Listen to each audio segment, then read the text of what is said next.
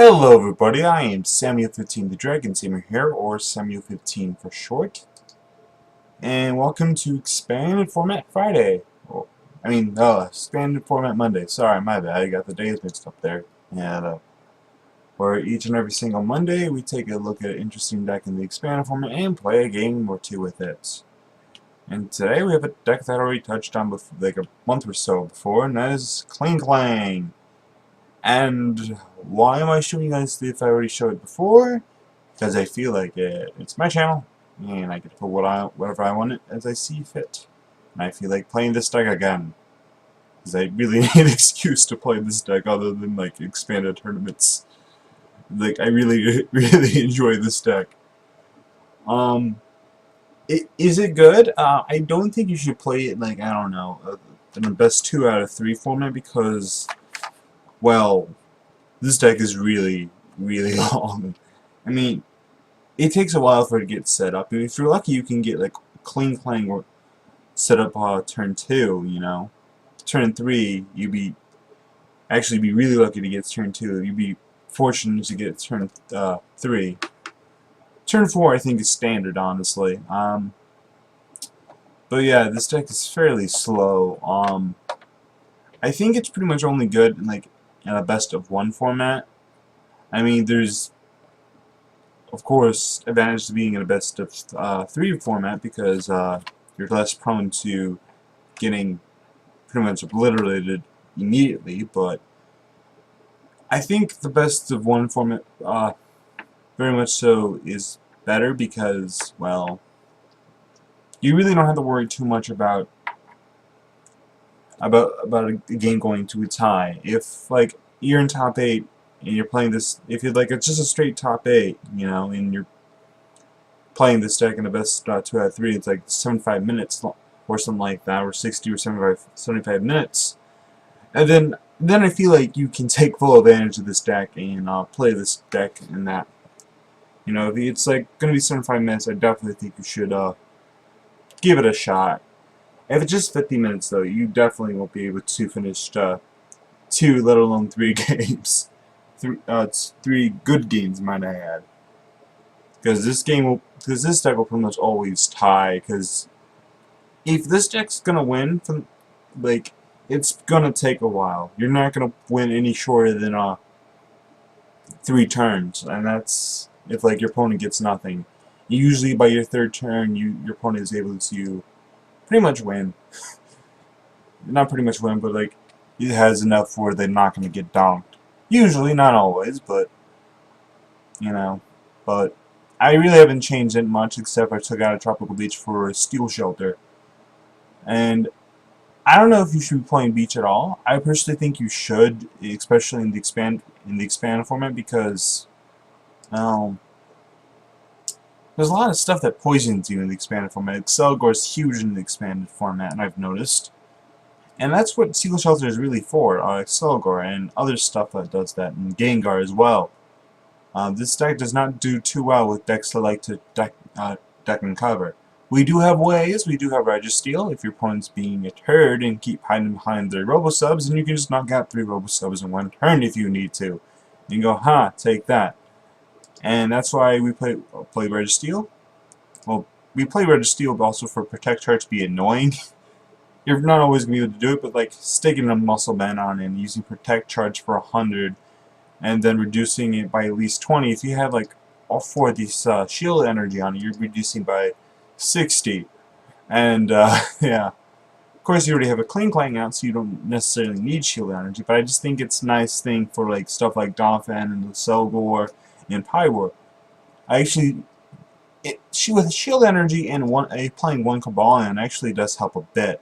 You stick a Muscle Man and a Cobalion, 3 shield energy, 3 or 4 shield energy on it, and you make them have to do a lot more to knock out this Cobalion. Because shield energy basically says it 10 less damage before applying weakness and resistance. And that really stinks for your opponent. So let's say opponent's going to hit you for a perfect 90 with like a Pywar, and then you basically go, nope, shield energy. Well, then you survive. So let's say your opponent has a Silver Bangle, and it discards a fire energy to a power, they're doing 110. Say you have all 4 shield energy, they're only doing 70. I mean, heck, if you only have if you only have 3 shield energy, they're doing 80, and that's hitting for 160. With 3 shield energy, 140. Wait, no, with 4 shield energy, 140, and then you can just go max potion and get rid of all that damage. And that's how you beat a Pyro deck. Of course, you only play 1 Cobalion. Well, I only play 1 Cobalion because it just makes it more consistent, in my opinion. Of course, you're just kind of hoping to run into it, but at the same time, you know, because we only play Heavy Ball, and it pretty much gets everything except for the Cobalion. So maybe you want to play Ultra Ball instead, but I just think it just makes it a lot more consistent, in my opinion. That's just my opinion, though. So, yeah, this is the deck. I'm not really going to go over too much, even though I said that earlier, and it's already been 6 minutes. Could have used that time to properly talk about this deck, but whatever. You get the idea. Tropical Beach if you have it, but if you don't have any Tropical Beach, just go 3 Steel Shelter.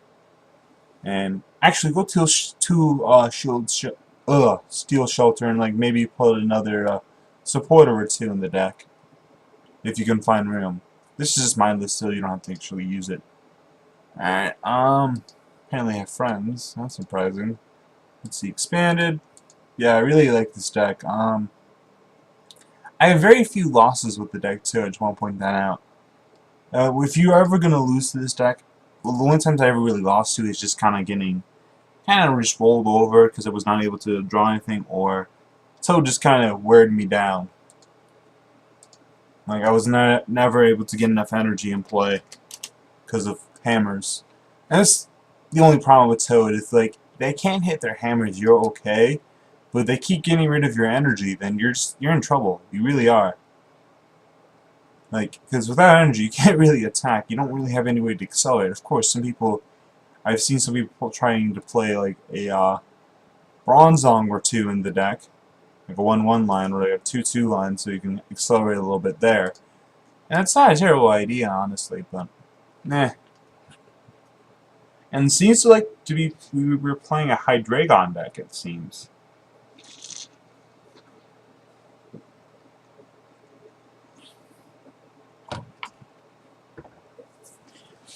So my opponent decides to believe Ultra Ball for any Voltol, and Sycamore and get rid of Darkness Energy. That's my opponent's discard pile. I'm kind of glad to see Enhanced Hammer in there, honestly. What do we do here? Honestly, I think I'm just going to Skyline for Beach. Yeah, I'm honestly just going to do that. Looks like we prized a Beach. That's fine. Get us nice 3 cards, maybe a supporter. We don't get a supporter, but that's fine. And then, well, we actually have VS Seeker. So we can just get another Skyla for... I don't know, what do I Skyla for? Maybe a supporter? I don't know. Maybe another Heavy Ball. Maybe a Rare Candy. Actually, I think I'll do that. Oh no.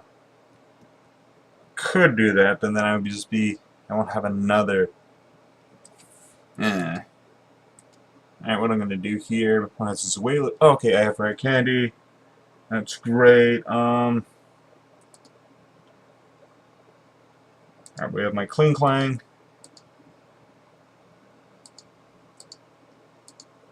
There we go.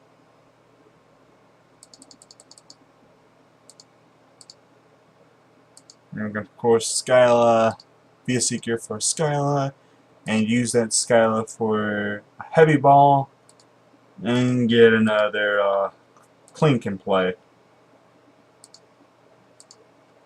Yeah, Turtoon Klinklang is pretty darn good, not gonna lie. Do I want to attach his Muscle Band just then? I think I'll do. See if I can get a Rare Candy off of it. No, that'd be too greedy. That'd be a little too greedy, wouldn't it? I think we're just gonna evolve here.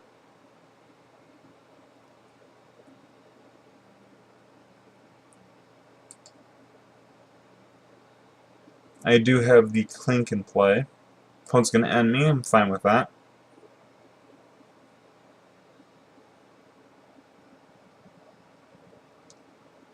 Alright. My opponent's probably going to eventually want to start attacking with Hydreigon. But my opponent needs a Psychic Energy to do that. So at the very least, my opponent will not be attacking me this turn. I am fine with that, as I said. Who decides to just beach? Probably not a... Yeah, pretty good play. I'm going to VS Seeker for a Skylight for a rare candy. Okay, I'm just going to be honest and say that for me to be able to, by turn 3, get both my Klinklangs in play, it actually doesn't happen very often for me. It really does, and more often than not I'm going to end up evolving, manually evolving through Klang as well. So, I could beach here, but I don't see the point. So, I think I'm going to triple laser here. I'm going to do 30 here. Yeah, I'm going to 30 here, 30 there, and 30 here.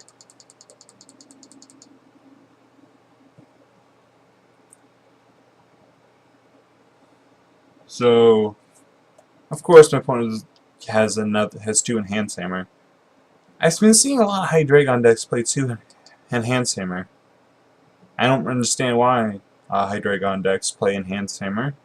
I mean, I don't play Enhance Hammer in mine. I mean, I definitely don't think you should, personally. I don't think there's enough space in the deck to do so. My opponent threw away DC, another thing I don't think you should have in the deck. And my opponent has a freaking Absol. Not happy to see that, honestly. It's not something I actually want to see. Luckily, I don't have a huge bench. Surprisingly, you would think you would have a huge bench, but you don't, actually. You would have a huge bench in this deck. But I usually don't end up having that huge of a bench. Not normally. Sometimes I do, but eh.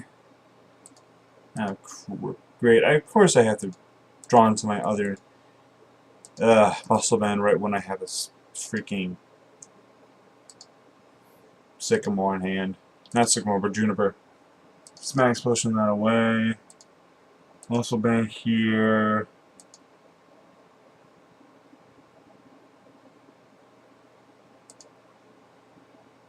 I think I'm going to switch, because Aegis is definitely the better attacker here.